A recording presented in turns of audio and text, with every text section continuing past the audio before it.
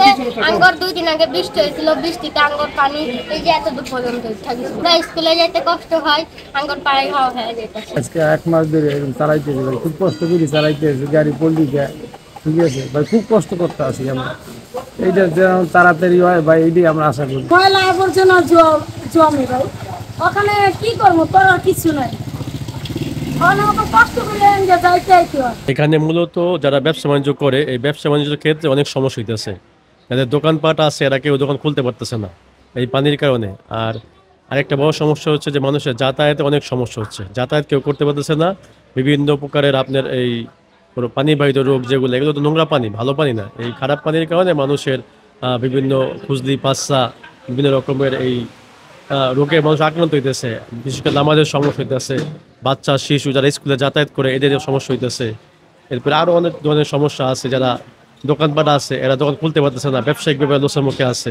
জলাবদ্ধতার কারণে আমাদের ব্যবসার খুবই খারাপ অবস্থা, কাস্টমার আসতে পারে না, আমাদের চলাফেরা অনেক অসুবিধা হয়।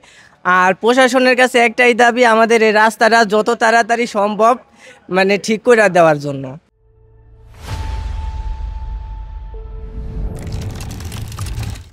একদিন না, এখানে 2-3 দিন যাবত পানি আটকে থাকে, এই জন্য আমাদের নামাজে যেতে অসুবিধা হয়।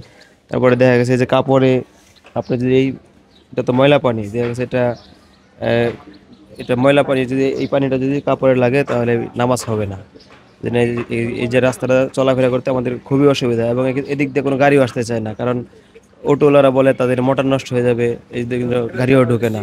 আমাদের খুবই অসুবিধা এই রাস্তাটার জন্য। এই যে অনেক জল, কষ্ট হয় আস্তে আস্তে। এইভাবে যাইতেছে, কোনো পদক্ষেপে কেউ নেয় না, যার যার মতে যাইতেছে, মানে আমগো দুর্ভোগের কোনো শেষ নাই। এই দেখতে বাচ্চারা যাইতে নাইতে না, আমাকে ব্যবসা বাণিজ্য মনে করেন কোনো আহে না, কাস্টমার আহে না, আমরা ব্যস্তই না। পরিস্থিতি তো দেখাই যাচ্ছে, এই যে পাঠিয়ে আসে না, দেখা গেছে কাস্টমার ঢোকে না, আমাদের তো চলতে খুব কষ্ট। আর এই পানি দিয়া লাইটে ছেড়ে গেলে নামাজও হবে না, এবং আমাদের চলতে খুবই কষ্ট। বাড়িওয়ালারা তো ভাড়ার জন্য বাড়িওয়ালারা দৈনিকই টাকাটা দেয়, আমরা কই থেকে টাকা দিই? ইউনিয়ন পরিষদ থেকে ব্যবস্থা কই কিছু দেখতেছি না, দেখলে তো এগুলো ব্যবস্থা হইতে গেছে। আজকে 15 দিন ধরে এখানে মনে করেন কোনো মানুষই যাতায়াত করতে পারতেছে না, স্কুল কলেজ সবকিছু বন্ধ। হ্যাঁ, বৃষ্টি হলে বাড়ে, যে এখানকার হাঁটু পর্যন্ত পানি ছিল, এই যে আজকে মনে হয় একটু